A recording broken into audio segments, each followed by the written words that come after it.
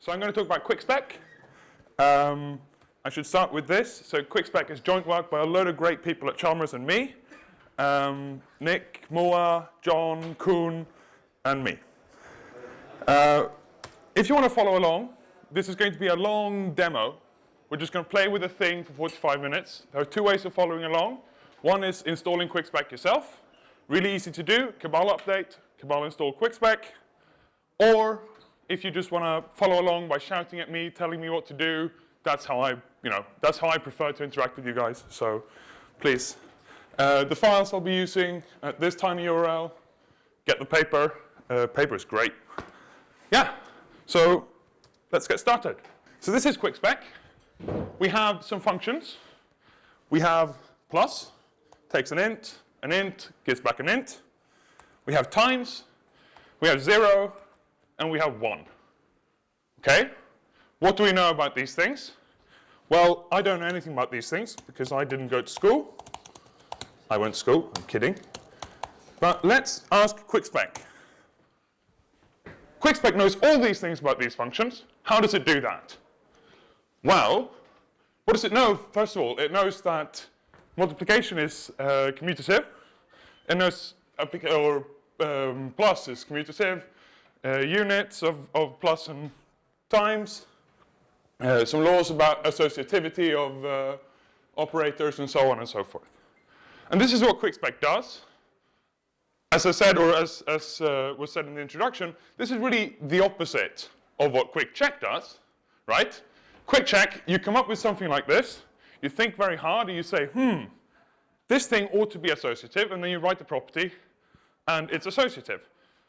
QuickSpec, on the other hand, will do all that for you. Well, not coming up with the function, but coming up with, this looks like it's associative. I'm going to try and see if it's associative. How does it work? Testing. Okay? QuickSpec knows nothing about the definition of these functions. It only has access to the function as a value. Right? Okay. So here's how you use QuickSpec. You say, I want the signature of the things I care about. So for instance, plus, you say plus is a constant, give it a name, and then give it a type signature. All right. Because QuickSpec uses testing and randomness, I'm running with a fixed seed here. That's because I don't want to get caught out by randomness in a live demo. Hasn't happened yet. Will happen one day in the future, I'm sure. All right. Let's look at some more functions. And let's sort of explore how we might use QuickSpec. And remember, if at any point you want me to put another function in, just tell me, and I will do that, because that's fun. How long does it take QuickSpec to figure out that multiplication distributes over addition? Okay, so the reason it didn't do that here is because QuickSpec normally just, I can show you. I don't want to explain things, I want to play with a thing. With max term size, if we go up to slightly larger terms, let's go up to 8, we should be able to find it. It has to think a bit longer. We've got larger term size. But eventually, we find it at 11 here. And that's how quickly we find it, right? X times y plus z, x times y plus x times z. So right? It works, it just uses some random values to test vertices. Exactly. We instantiate every variable with random values, and we find equivalences between terms. Complex, I mean, if you've got many functions, it grows exponentially if you try to combine them. That's right. It does grow exponentially. And as all these things are, you might imagine that there are some limitations. I'm going to show you that the limitations really are not as severe as you'd think, right? I'm going to I'll show you a really big example in a while, but maybe we'll build up to that. Go back. Sure. So I gave you a hard one to make life hard for you. Yeah. I noticed it hasn't found the easy ones, like that plus is associative. Oh, it has. X plus y plus z is, okay, well, I should explain this. QuickSpec will find things which are true, and with associativity, here this associativity follows from this, and commutativity, which we have up here somewhere. I've hurt my shoulder. I shouldn't be doing that. But yes, it follows from the other thing, right? And there's a caveat. There's some technical reasons why associativity is tricky. Oh, look. No. I can point like this on the. Oh right, it's okay. If anyone gets a laser in the eye during this presentation, it's that guy's fault. All right. Great. So yeah, we found. Sorry. Yeah. So we found associativity, but we found it in a slightly odd form, right? And that has to do with the order in which QuickSpec thinks of new terms to test. I won't go into the details of that. The details of precisely why this particular thing with associativity happens are in the paper. But it's an interesting thing, and it's yeah. This is one of the people. My question is, you're not answering my question. You're telling me Well, it found associativity, just found it in a slightly strange form. But it didn't print the associativity law as you would normally expect to find it, perhaps. But that's because associativity itself follows from the commutativity and the law it printed. Does that make more sense? No. I believe it might follow, but why don't you just say,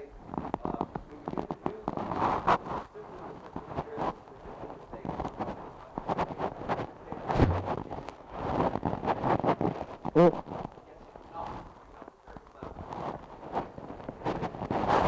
right, so QuickSpec doesn't consider equations. QuickSpec considers things one term at a time. And I think this is a term ordering problem. Right, I think this has to do with it's either the ordering of the terms or this causes some major headache somewhere else. I'm not going to get bogged down further in discussing that because I'm not sure I have a great answer at the moment. But let's look at another one. Let's look at a slightly simpler one. With plus 0 and abs. And just look what QuickSpec comes up with. Because this gives me an opportunity to show some of the interesting things that happen when you work with QuickSpec. So what QuickSpec's found here is a load of things about abs of values, which you probably have some idea about. Abs of abs is abs. And then it finds this. Abs of x plus abs of x is abs of x plus x. And that makes sense, right? If x is positive, then it's 2x and it's bigger. If x is negative, then it's 2x and that just makes it more negative. Yeah. We don't have such an assumption here. No. If x is negative, then say x is minus 5. It's minus 5 plus minus 5 is minus 10. Right? Right. Yeah. Where's it gone? I'm just going to do this for now. No, I'm not going to do this. This is never going to work. All right? Is it? Good. Excellent. Great. But yeah, so x has the same sign as x. So if it goes up, abs, it does nothing. If it's negative, it goes down, whatever. Now, when I first saw this, I wasn't really happy because there is a more general form of this equation, which QuickSpec hasn't found. But it's only under a certain proviso. And because abs x plus abs y should be equal to abs of x plus y, if and only if x and y have the same sign. Right? Everyone fine with this? Well, let's see if it is. Because QuickSpec doesn't just know about equations with terms in them, it also knows about equations with these conditionals, these provisos. And we might have to do this with max term size 8, say. Oh, So all I've done here is I've said add equals sign as a predicate, that is a function which eventually returns a Boolean. And what is equal sign doing? It's just comparing the sign of the two values. Right? So let's look at abs plus 2. There we go. Okay, what does QuickSpec find? It finds a load of things. It finds a lot of the same laws we already knew about abs. It's finding that equal sign is an equivalence relation. And hopefully, at one point or another, it found the law I'm interested in. Here we go. Here.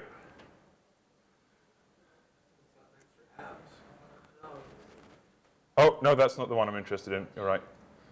14, thank you. Here we go. If x and y have the same sign, then abs x plus abs y is abs x plus y. So QuickSpec knows about equations over Haskell functions. It knows about these conditional equations that have some proviso. What else does it know about? Well, nothing. So all we can do at this point is just keep giving it more Haskell functions and play around and see what happens. So let's do that. Let's play with lists for a while, for just a little bit. And again, if you have a function from the standard library or something that you'd like me to show you, just tell me and we can add it. Right. So here we're looking at 3 list functions: append, zip, and reverse. Note the funny type signatures. Plus plus has type list of big A to list of big A to list of big A. And that's our way of telling QuickSpec this function is polymorphic. So you can use it polymorphically. It's okay to use it polymorphically, even though A is big A and big B are concrete types. Right. So let's see what we get with lists. A lot of functions about zip or equations about zip and reverse and append. Reversing something twice is the same as doing nothing. Append is associative. Lots of things about zip and append. For instance, this law right here, telling us that if we zip x's with x's and then some stuff, that's the same as just zipping x's with itself. Does anyone know why that is? But it cuts it off. Cuts it off, exactly. Right? And we get similar laws in the other argument. We get similar things for reverse. Right? Reverse of zip of x's with reverse x's is zip of reverse x's with x's. Okay? So what's going on here is that we can sort of shuffle the reverses around.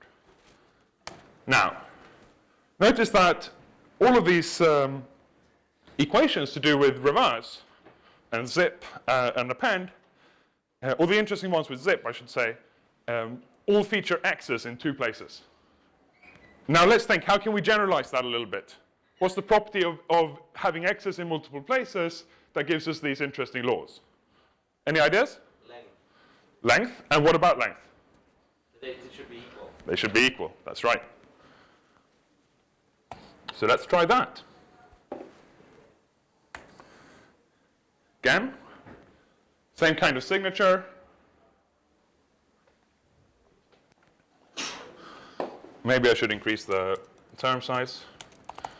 Max term size 7. And here you'll notice that I've monomorphized some of the functions. And that's mostly actually to get slightly fewer outputs. So force the functions to be a little bit more specific and focus on the problem at hand.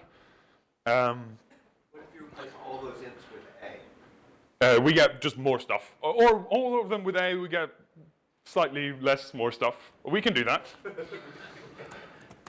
But it will make it more difficult to see. That's it, right? Lists with conditionals. Okay, we get some stuff about what it means to be of equal length. Lots of stuff about what it means to be of equal length. And then here, 14 and 15. If x's and z's have the same length, then x's plus y's, and then z's is zip x's and z's. All right? So we're learning something about our intuitions. They seem to be correct. We can play around with this. QuickSpec goes on, keeps printing stuff. Everyone's happy. How many values does it put in before it decides that equation is true? 1,000, I think. Oh, okay. I think that, and you can change that. You can change that if you have a tricky problem where you think that you get a lot of false equations. Because remember, QuickSpec has this nice property for a tool to do with formal stuff. It's both unsound and incomplete. So yeah, you can increase the number of tests till you get a sufficiently large number. Have you shown any non-total functions? Like what happens when you give it head? We can check. Let's go back here, maybe, as we get slightly less stuff. Head.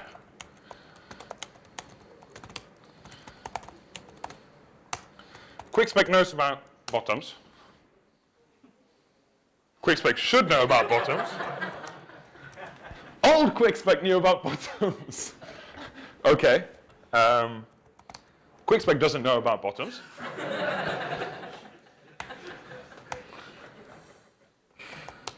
All right. Now, we can sort of go on like this, and we can look more at lists, and we can play with lists, and we can't play with non-total functions. In the version of QuickSpec that I did this last time, it did work. But let's look at some of Mary's functions from this morning.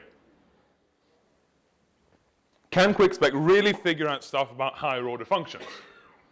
Well, QuickCheck knows about higher order functions, so QuickSpec should know about higher order functions. Let's try it. And yeah, so you see, yeah, it's the standard stuff about higher order functions. There's nothing funny going on. We point QuickSpec at it, and after a little while, we find some of the definitions of fold and map, some things about function composition, and then eventually we find map fusion. That's rule number 5, right? Mary talked about this morning. Find the definition of fold, and then we find fold map fusion. Right. So I don't know about you guys, but I think this is cool. Right. I like finding things like this. I especially like doing it without having to think. Could it find Hutton's fusion law with an arbitrary h? Which the fold fusion, or the? You have an h that you can push through f to give g. Oh, right. Yeah. So given that, yeah. So this is sorry, yeah. So that would require having to come up with a name for a function that has some other property, right? And QuickSpec only finds equations now. So what I could do is add that as a predicate. H is a function which can be pushed through G like this, and I would have to sort of somehow find a decision procedure that will give me that.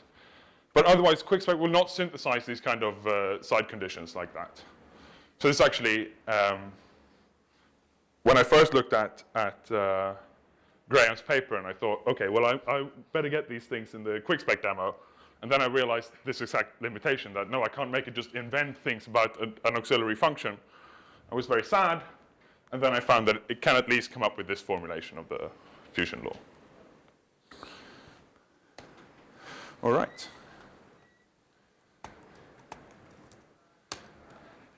So that doesn't somehow limit the amount of trivial results. So you have, for example, associativity of composition, but you could come up with a trivial result which has the same thing for functions, right? Which is not very interesting. Right. But I also didn't see it. So are you somehow filtering that out? Yeah, so that gives me an opportunity to talk a little bit about how the more clever things in QuickSpec work. So what QuickSpec does, basically, is that we come up with terms, so left-hand sides of equations, if you will. We come up with a term, and we see, oh, can I prove that this term is equal to some term I've seen before, given what I've already discovered? Right? So if I find associativity, if I find a term, say, we can write it down, f composed with g, composed with k, composed with h, if QuickSpec sees this term, it will say, ah, I know things already about function composition because I found the associativity of function composition. Let's see if I can rewrite this term to some other term I already know about. Or if I can prove that this term is already equal to something else. And in that case, it will prove that this term is equal to another term it's already seen, which would be f composed with g composed with, well, g, k, h. I should say, oh, and also, I should actually clarify that.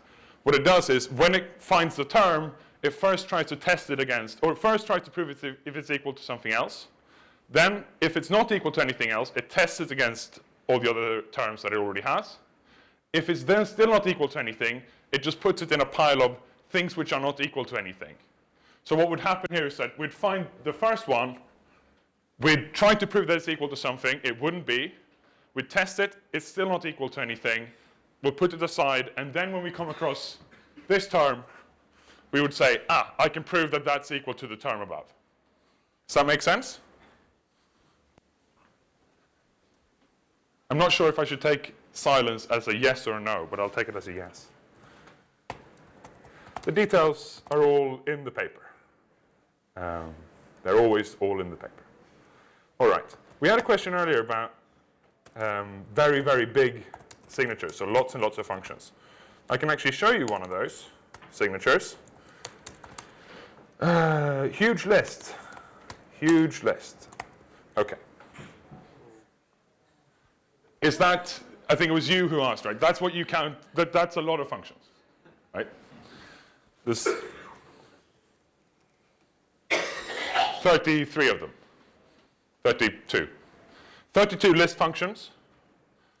Well, not all list functions. Some of them are like this, for instance, 0 and stuff like that. But a lot of list functions. Let's see what QuickSpec can do.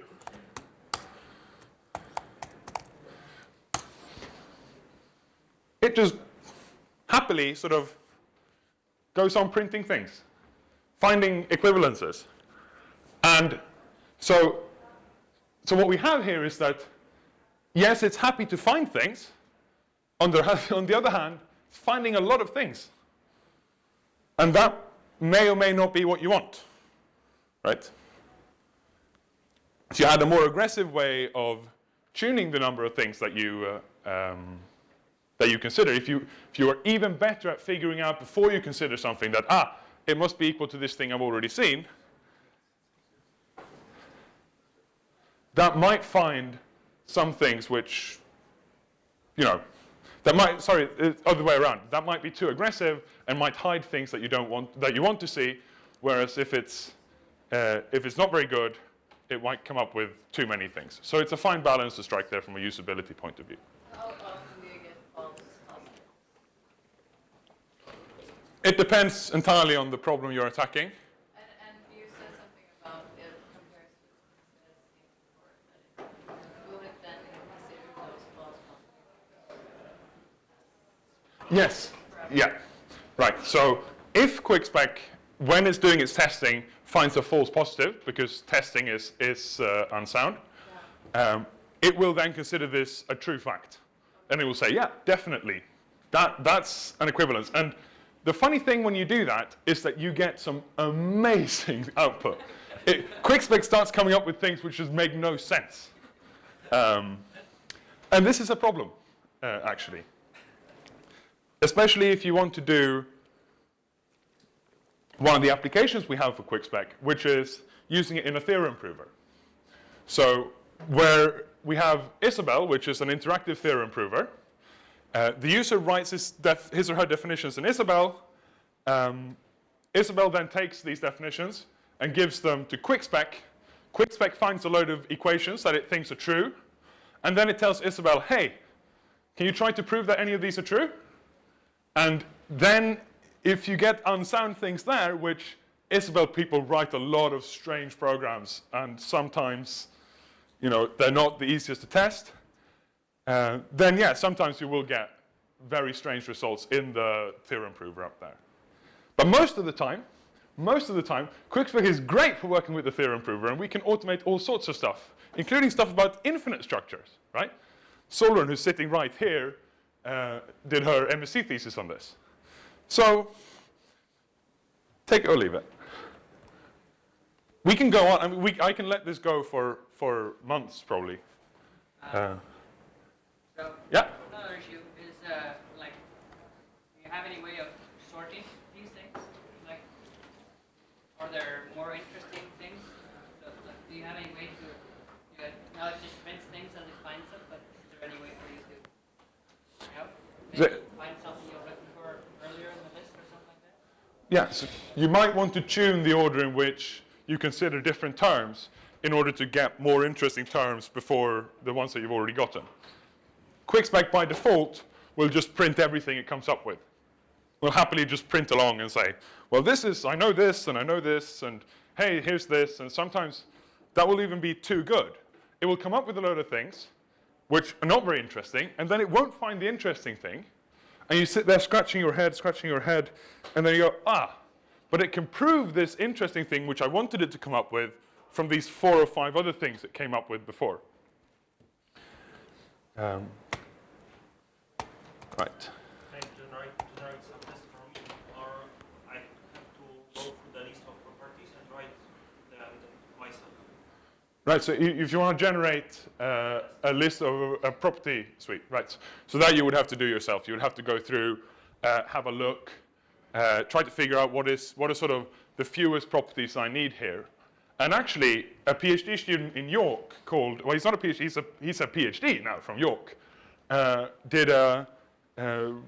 a Haskell tool which would do exactly this. It will take a big signature of properties and will try to figure out what is the minimal set of properties. And that's called, John?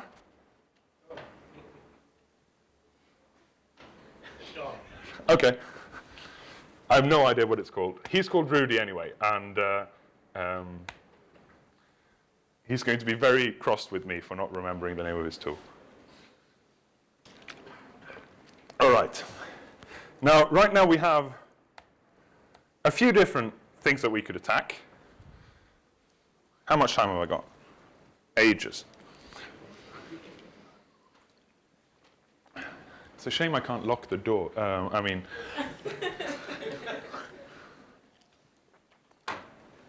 How many people were at Phil's keynote? Phil was at Phil's keynote. That's good. Phil raised his hand. Phil talked about categories. And one example of a category, kind of, if you squint, is Haskell functions. And so why don't we try to find some of Phil's laws using Haskell or using QuickSpec. So the first thing I'm going to define is Phil's angle bracket operator. Do you remember this for products? FG, like this, for taking a thing and going from a C to A times B? Well, here's the secret of what's going on in that function. It takes C, and it applies F to C, it applies G to C. That's how you should think about it. Well, that's how I should think about it, or how I think about it, and everyone should think like I think, because then the world will be a great place. Right. So one of the other things that Phil talked about was the identity function, right? We know about that. It goes from A to A. It was composition, written backwards here. So B to C, A to B, A to C. So, well, I'll let QuickSpec show you the definition. Curry, which takes a function from a pair to a C, to a function from A to B to C. First, second, and then this funny composition operator. Funny pairing thing. All right? Everyone okay with these things? They're roughly what Phil was talking about on yesterday?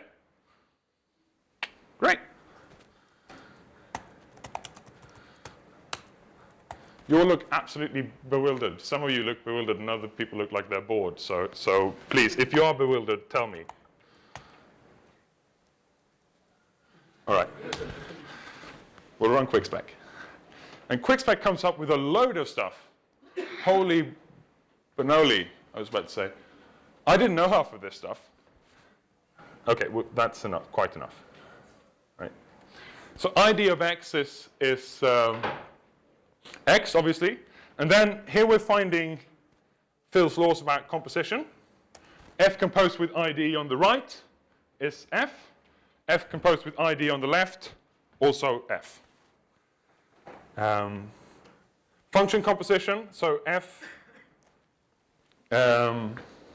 composed with G is F of G of X. Composed with G of X, right. Anyway.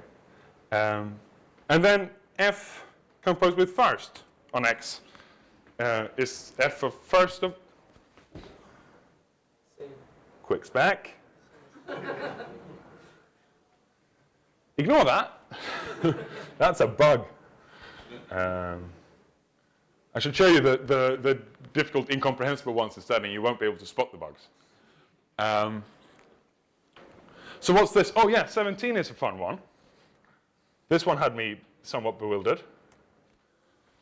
Curry first of x composed with, well, f on the right-hand side is equal to curry first of x and then g. What? Okay. Let's see. Does anyone know, just off the top of their head, why this is? Number 7. Number 7? Oh, crap. Oh, no. It's at the top. Curry first of x of y is x. Curry first of x is const. What? But yeah, curry first of x is const. And that makes sense, right? Curry should take the two things in the pair, and then with the a and the b, and we throw away the b in the pair, so we should throw away the b in the type here of curry. You've got the either law, right? You've got, where is it? 8. 8. Yeah. So there should be another thing that says first of first dot h, where the second dot h is h. Where's that one? 11, right? First of, was it this one? No. That's a nice one, but that's not the one I wanted. Fair enough. Say that again. Say that. Right, it's a generalization of h. You have first dot h, where the second dot h should be h. Oh, right, is equal to h. Two possibilities. One is it's finding it. Second is 1, 2, 3, 4, 5, 6, 7. It might not actually have been done looking for terms. So we can run it again and see if QuickSpec finds it. An argument. Right, so Find equations between functions. how can it find equations between functions? So we're going to find an equation between applications of those functions.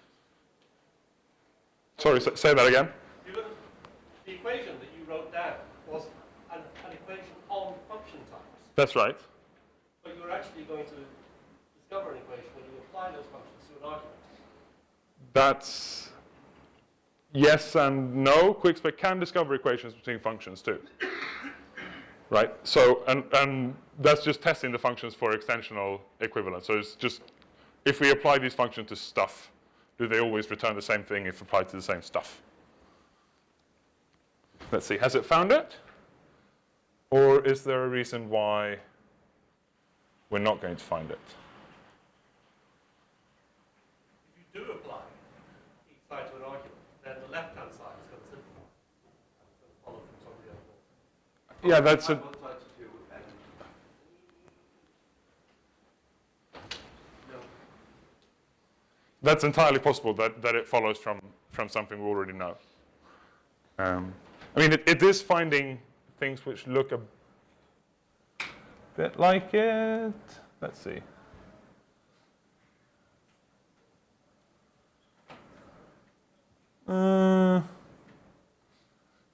Maybe. In this case, I really want the pointless equations. Can you say limit yourself to the pointless ones? That seems completely pointless to me. No, you, not that that's not an option we have in QuickSpec. We could have it, I guess. There might be some point to doing so. There might be a point to doing it, yes. You're absolutely right. Also show why you think it, show the pointless ones and show why you think it's pointless. So you don't have to, so you can, when someone points out like I'm missing this equation, and then run it with the, show everything. Right. Here. Yeah.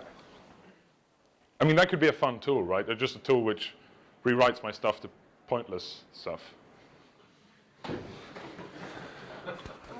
Why doesn't 17 follow from 7? Why doesn't 17 follow from 7? That's a good question, actually. I'm not sure.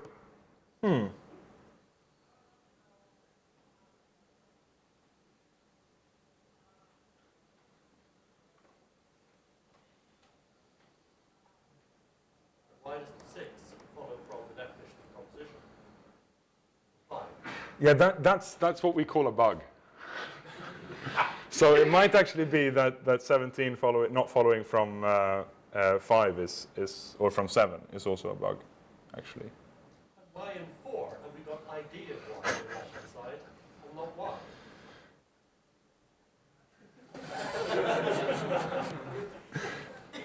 I am going to have so much fun debugging this.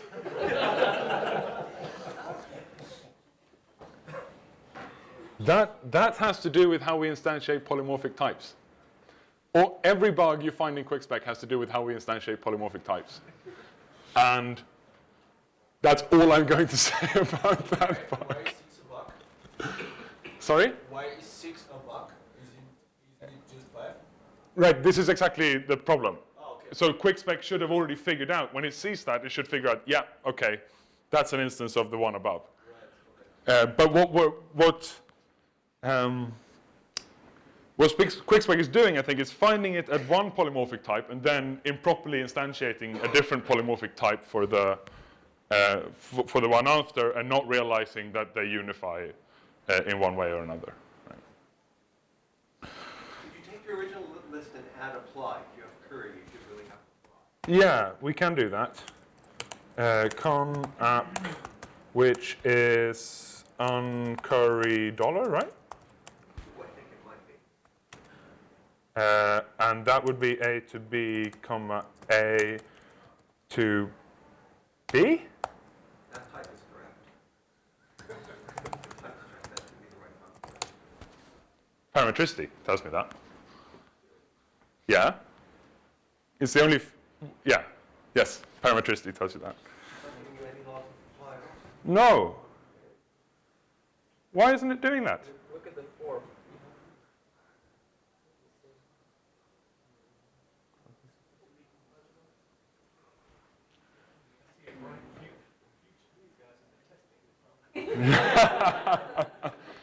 It might actually be that there are no interesting laws for apply of the right within this size bound. Yeah, you maybe need to add times as well, because define times in terms of pair makes it a while. Yeah. Oh, add times and see if it finds out that times can be defined in terms of pair. Times as in a, yeah. Wait, times as in times or times as in pairing operation? This times the F, wait, yeah, F, G, A, B, Yep, that one. F of A, G of B. Yep. And this has type A to B to C to D to A comma B to C comma D, right? Yep. No, it doesn't. That's a complete lie. A comma C to B comma D. Yes, obviously.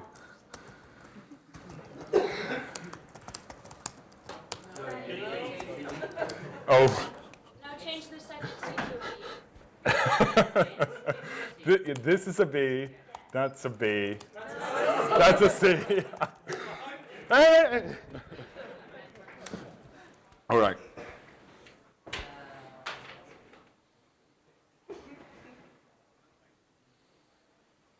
Where's F?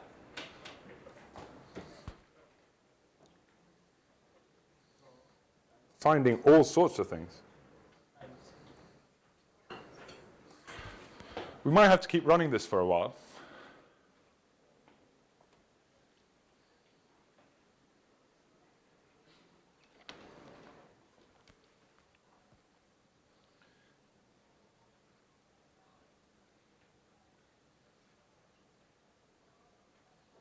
Is this the law you wanted, Phil?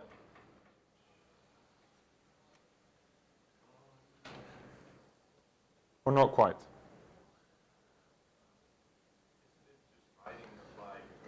No, that's not the law I wanted. You're doing application directly in lots of places, right?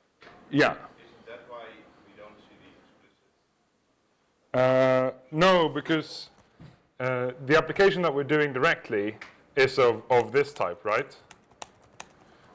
Whereas the apply function had this A to B, A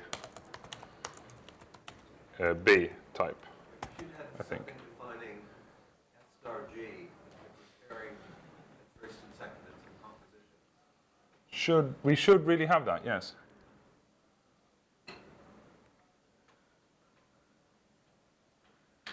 Let's see if we can find that.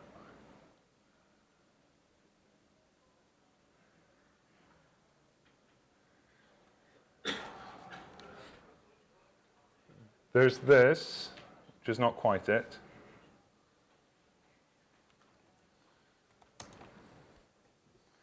Oh well. So what you're seeing is, the problem we're seeing is that eventually QuickSpec sort of, as terms get bigger and bigger, the number of terms it has to consider before it actually finds anything interesting also gets bigger and bigger. 31 is an instance of the right law, I think. 31, Yeah, F composed, G is ID. yeah. That's, yeah, that's funny. Oh well. Yeah, that's odd. It should have found that law, it should find the law relating applying through. Yeah. It might be that the sizes are very big and that it has to go up to size 10 terms before it starts finding things like that, but I don't think so. Do you have an issue tracker? Yeah, you can find QuickSpec on GitHub, and then you can fork it and stare at the code, come up with something, and then change the code, send it back to us, and then we'll be very, very happy, and if I see you, I will buy you beer, which may or may not be what you want, depending on how much you like me. But yeah. So more about applications, like you mentioned, theorem proving. What else? So the primary one really is theorem proving, because this helps speed up inductive theorem provers by a lot, right? In the examples where it works. And then it doesn't in the examples where it doesn't work. Another application is just, you find a library, you don't quite know what it does, so you sit down and play with QuickSpec. You have an idea of what should hold, just as if you have a library, you don't know what it works, and you sit around and play with QuickCheck, you have an idea of, this should hold. With QuickSpec, it's more of a more of an exploratory process. It's, this should really work. This thing might be equal to that thing. Let's see, what if I put them both together? Okay, no, they're not quite equal, but this other thing holds instead. With QuickCheck, if you wanted to do that, you have to sort of be right from the onset, from the beginning. And if you're not right from the beginning, you'll get a counterexample, which you can then use to get slightly more right, as it were. Nothing about curry and apply? Oh, I have lots of hours to spend trying to debug this. So yeah, or if it's a bug, it might also be that there are no interesting laws. Is it within a later for your editor to like simplify your code? You could. We can't now, but we should be able to. In effect, that is what it does when it's in Isabelle, right? So when it's in Isabelle, you just press a big button, and Isabelle goes off and does everything in the background. So yes, if you're an Isabelle programmer, no if you're a Haskell programmer, which is, but there's nothing fundamental stopping us other than time constraints, right? I think I'm low on time now. I have a suggestion because I'm in a difficult position because my duty as a track host is to watch the clock. And on the other hand, I see some of you guys are obviously having fun with it and would like to proceed. So let's officially close the talk, finish it, and then whoever wants to stay, the room is not needed anymore. There are no any more talks. So you can stay here for another 2 hours if you like. So let's give Maximilian a big round of applause.